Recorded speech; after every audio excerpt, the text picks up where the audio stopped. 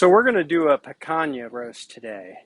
I like to do these hanging like you would at a Brazilian steakhouse, but it's actually a better cook and a better piece of meat, in my opinion, just to cut steaks and cook them like you would a steak. So we're going to take our roast and cut it into multiple steaks, and we're going to actually use two different cookers today. So let me show you those and talk about it just for a second. So we'll start these today on the Weber smoke fire on the smoke boost setting. Probably cook them at between 180 and 200 degrees until they reach an internal temperature of probably 110, something like that. Then we'll put them on the PK 360 to sear them off, uh, probably for 2 to 3 minutes aside at the most. And then we'll put them back on the smoke fire to finish off to the temperature that we like them here at our house, which is in the neighborhood of 130, 132, something like that. So let's get started.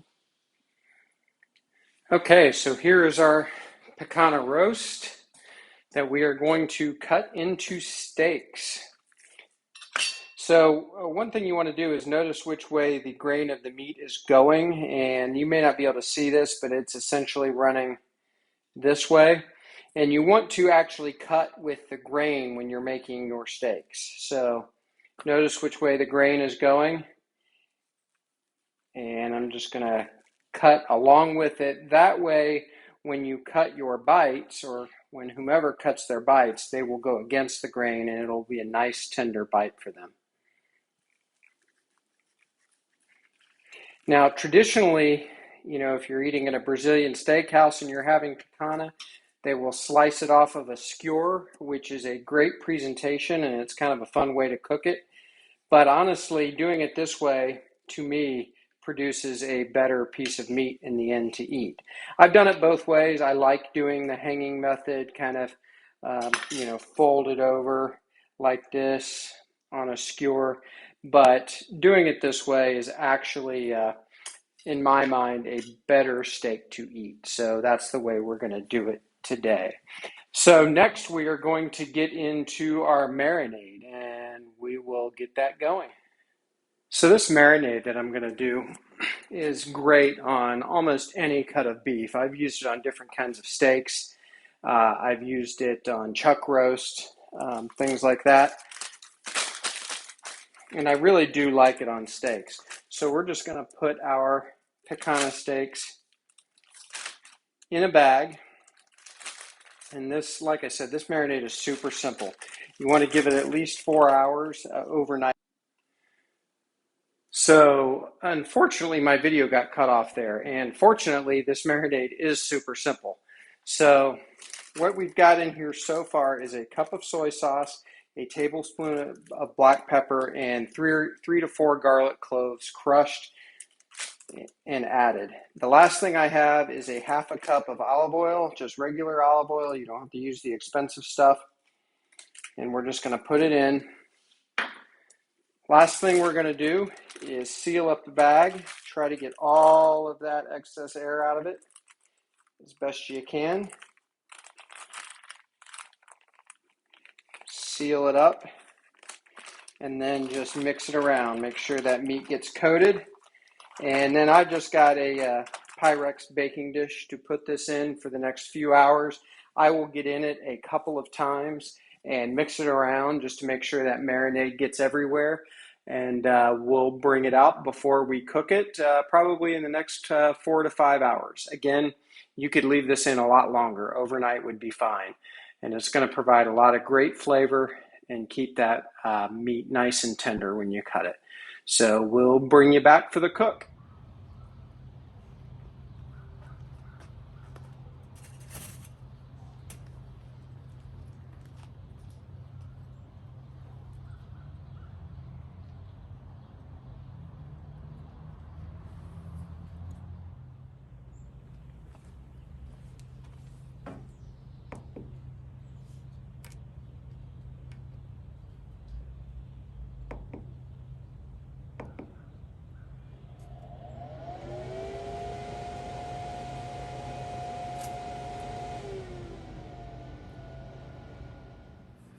Okay, so we have our charcoal lit heating up.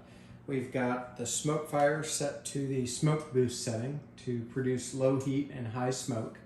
Again, probably 180-ish on average as far as temperature goes. We have our picanha roast cut with the grain into several steaks. And we have had that marinating now for about 5 hours in a cup of soy sauce, a half a cup of just regular olive oil, not extra virgin, a tablespoon of black pepper, and about 3 to 4 cloves of garlic minced. Or use your garlic press and that's fine. The other thing I sometimes add to this marinade is some green onions chopped up. So I didn't do that this time, but it's an option. For the purists out there, picanha is traditionally served with nothing but a coarse salt as a seasoning, and it is awesome, don't get me wrong. I have just done that several times. The last probably 3 times I've done a picanha, and I wanted to do something a little different today. So we went with this marinade. So if a marinade's not for you and you're a traditionalist with picanha, you do you. These would still be great cut into steaks as opposed to on the skewer. And I did just use a paper towel and sort of dry them off. They'll get a chance to dry a little bit in the smoke as well. And we're gonna go a pretty high sear temperature on our PK360 with the grill grates on. So that'll definitely, they'll be dry by then for sure. So we will meet you out at the cooker. The cookers, I should say.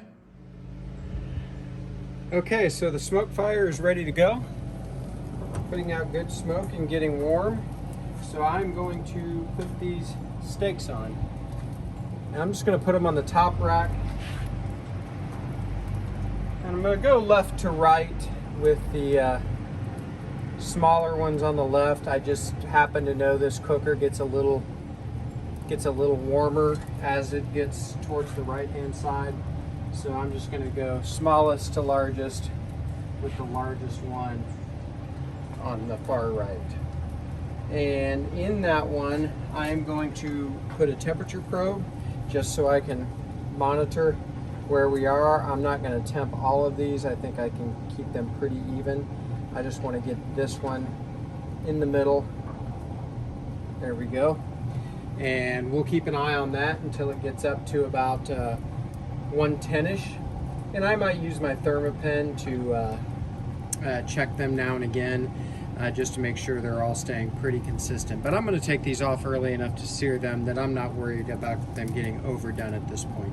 So we're going to close this down and let them take a smoke bath, and we will bring you back.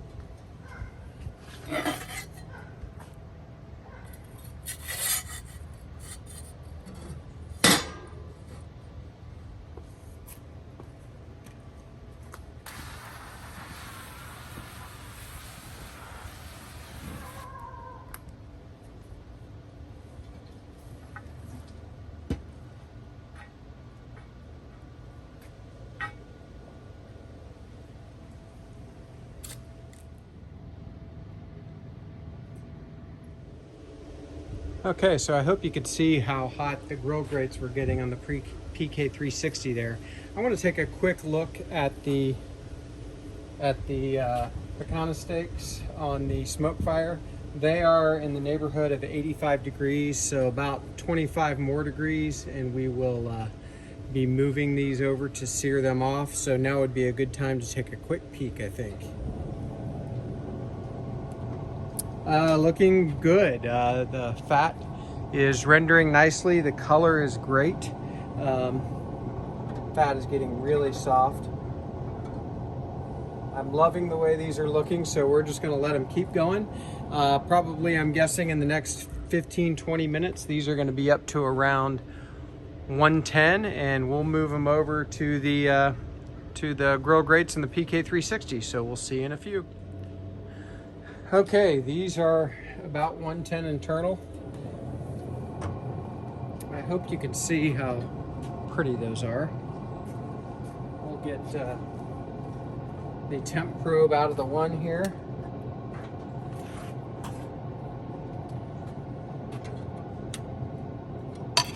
And let's show you that, how beautiful it is. Fat is rendering nicely, softened up. The color is gorgeous from the smoke. So we're gonna get these off and get them over to the PK360 and sear them off. So we will meet you over there. Okay, so we're gonna get these seared off on the PK360. And I'm starting a 30-second timer. I just want to be really careful not to overdo these. I'm going to start biggest one first and just go in order. Biggest to smallest. And get those closed. So that's probably about 650 degrees by now, maybe even a little more on those grill grates. So we should get a really nice sear.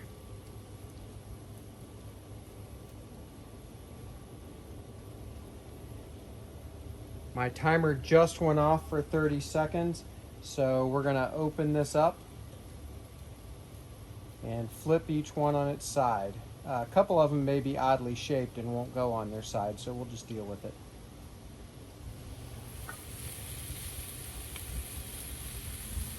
The smell is outstanding.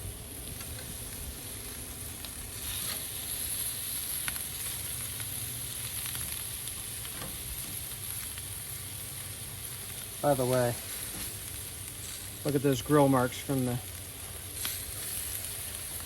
grill grates.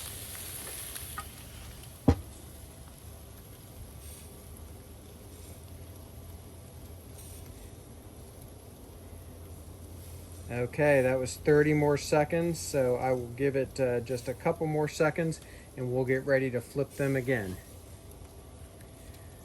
If this were a bigger piece of meat, I would probably do a turn on these so I could maybe do a crosshatch grill mark, but these are so small, I don't want to take a chance on overcooking them. So I'm not going to worry about presentation today. I'm going to worry about a perfect internal temperature.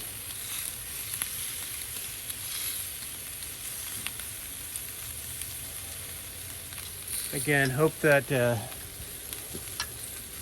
the way these are looking is coming through on the camera, because they are absolutely gorgeous. So 30 more seconds.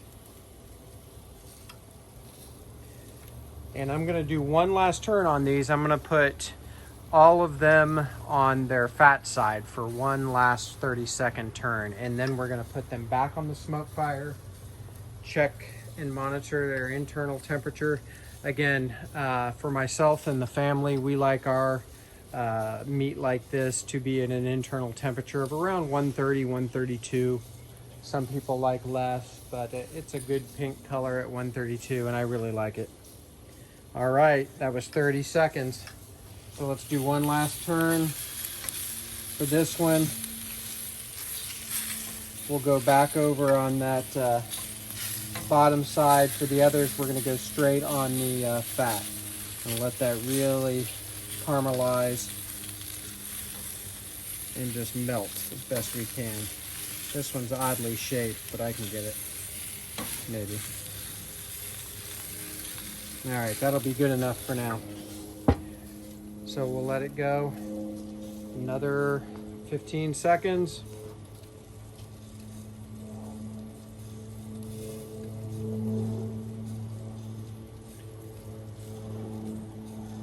Okay, we're gonna call it. These are going back on the plate.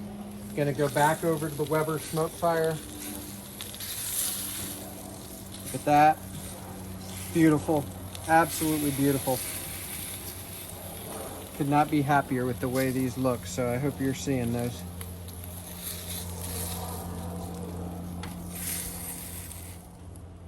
All right, so we're gonna close this down. We're gonna go back over to the Weber smoke fire.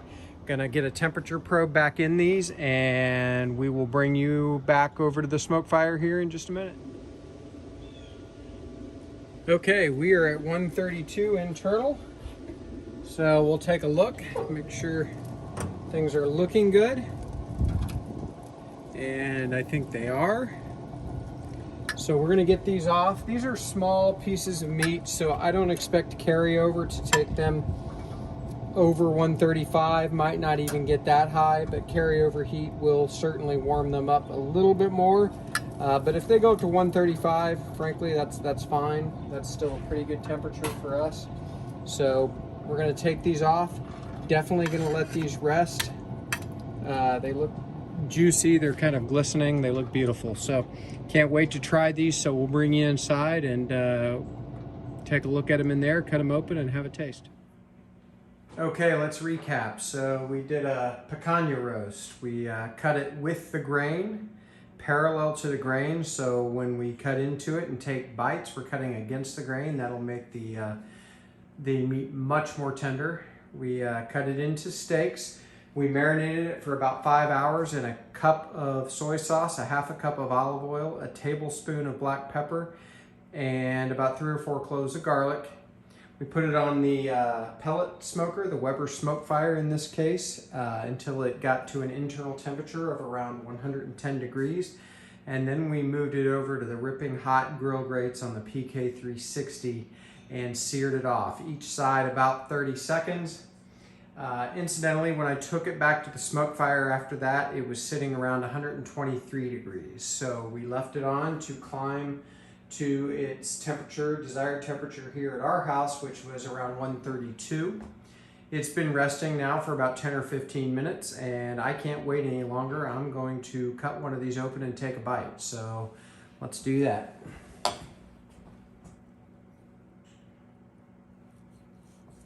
Oh, it's just beautiful. It just glides through that.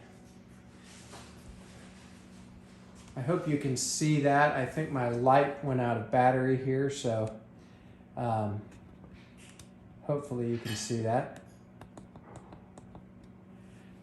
And how beautiful that is. I think this fell over, but it's absolutely gorgeous. I cannot wait to take a bite of that, and I think this looks so good, I'm gonna take a bite on camera. So stay tuned.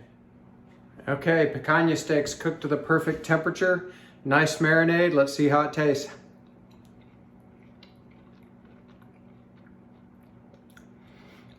That's one of the best steaks I've ever had, not just saying it. Really tender, really juicy. Perfect seasoning from the marinade. And I didn't put any other seasoning on that. I didn't salt it or pepper it when it was on the grill. Just that marinade with the soy sauce providing the salt and that load of black pepper I put in the marinade. One of the best steaks ever. Get yourself a picanha. This is a prime picanha. By the way, it's from Wild Fork Foods. I usually get meat and picanhas from Porter Road, but they were out of them, so I tried Wild Fork. This is the second cut of meat I've had from them, I think. It's not bad at all, and the prices, I think, are very reasonable. So I'll put a link to them in the description. Thanks for joining me today at Buckeye Barbecue. Gosh darn it, that's freaking good. Stop by next time. We hope to see you. Please like this video and subscribe to the channel. I'd appreciate it. See you next time.